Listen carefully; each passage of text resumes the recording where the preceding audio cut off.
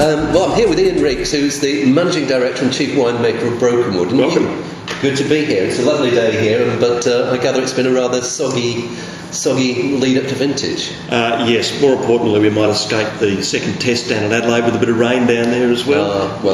I'm not praying for that, but we'll see how we get on. We've just tasted through some of your range, and I was interested to hear you say, I know you've got like two top vineyards here in the Hunter Valley. You've got the Verona, yes, and the top one is a graveyard vineyard, correct. But what is your premium, ultra premium, I hate the word icon wine, but top of the range wine? Yeah.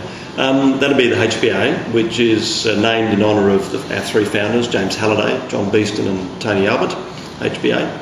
And it was an experiment, a wine we wanted to make, actually going right back to the late 1980s. Back then you could still actually buy at auction and dark recesses of retail shops a wine which is the Hardy's St Thomas Reserve Burgundy, and that was made through the 1940s, 1950s, 1960s, and was traditionally a blend of Hunter Valley and McLaren Vale. So we wanted to honour that style of wine, so we started blending our best barrel of Graveyard and our best barrel of McLaren Vale.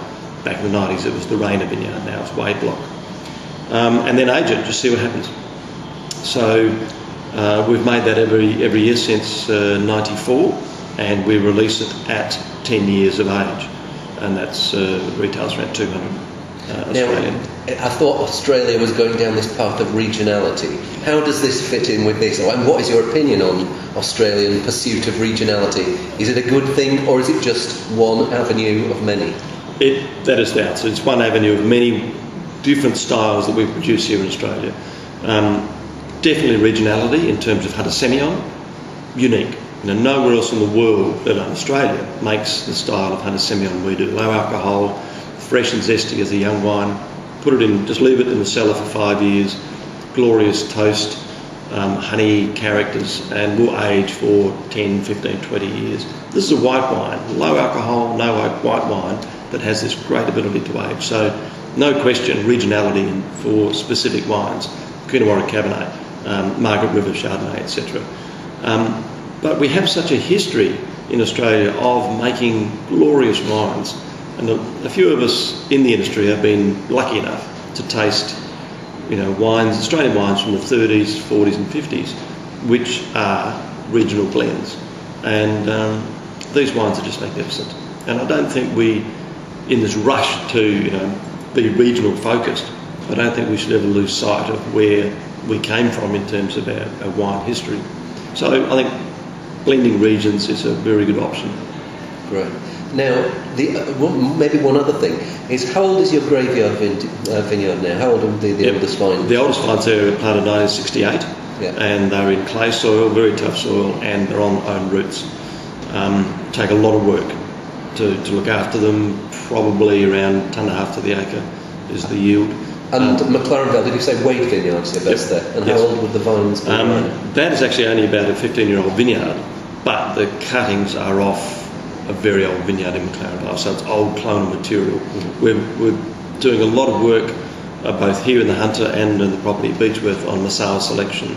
So we're going right away from, particularly for Shiraz, going right away from the clones that we have in Australia to work with, which, to be honest, in the 1970s were all selected because of the yield capacity. So this, someone was said to me yesterday that which is more important, or which is the relevant thing? Is it that old vines make great wine, or that great wines allow a vineyard to be old? In other words, if it's good to start with, then the vineyard will age. I mean, what's your opinion on that? Old vines always good, or not necessarily?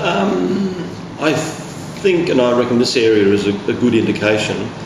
If the vineyard is still in existence at 25 to 40 years of age, there's got to be a reason for that. There's got to be a reason that a winemaker keeps going back to that vineyard, or the grape grower keeps looking after it because the winemaker wants access to those grapes. We've got such a diversity of soil here in the Hunter that some vineyards work, some don't. And some of the really poor soil vineyards do take a number of years before you start to see some results, particularly in terms of reds. So in that sort of 8 to 15, 16 year bracket, I suppose. But not 40 years, 50 years. You're saying you're good fruit at 15 years old. Yes, yeah. If it's going to be good. The interesting thing with the graveyard is that because we went away from Marsal selection and our roots to rootstock and clonal selection, it took 10, 12 years before we realised that the quality was not there. We could see grapes growing alongside these clonal ones, the old vines, on own roots, Marsal selection, they work, but these aren't. So we're now swapping the whole vineyard over to back on own roots and cuttings off old vineyards around the valley. And we know that in 8, 10, 15 years' time, we're going to start to see some really good wines coming off there. Great. Iain, thanks very much. Pleasure.